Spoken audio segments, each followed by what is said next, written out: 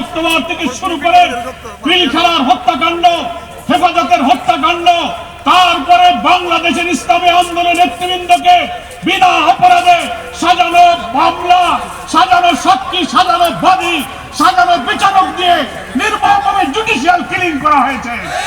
তারপর জুলাই আগস্টের অভ্যুত্থানে 2000 ছাত্র জনতাকে খুন করা হয়েছে, 40,000 ছাত্র জনতা আহত হয়েছে।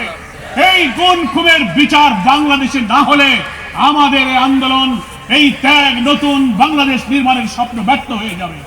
আমি প্রশ্ন করতে চাই, বাংলাদেশ নামক রাষ্ট্রে একটি মানবাধিকার কমিশন আছে। এই 17-18 বছরের কালো যুগে যত খুন, গুম, কফার হয়েছে, মানবাধিকার কমিশন তার কি বিচার করেছে? বাংলাদেশের সংবিধানে কমিশনকে এখতিয়ার দেওয়া হয়েছে, তারা সরকারের কাছে, স্বরাষ্ট্র মন্ত্রণালয়ের কাছে অভিযোগ করতে পারে, বিচারের জন্য তারা উদ্যোগ নিতে পারে। তারা করেনি।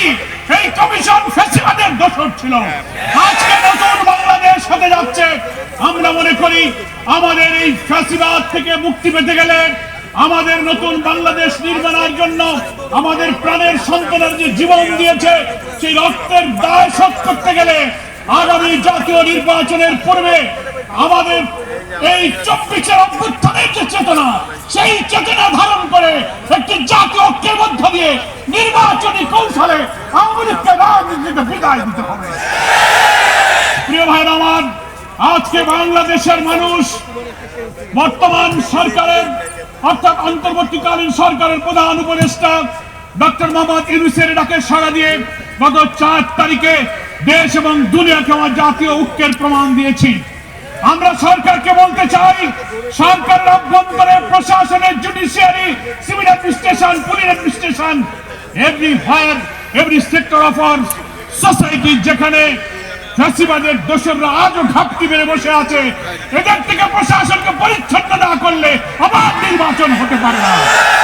সেই জন্য আপনারা শক্ত হন, দৃঢ় হন, ঝুঁকি গ্রহণ করুন।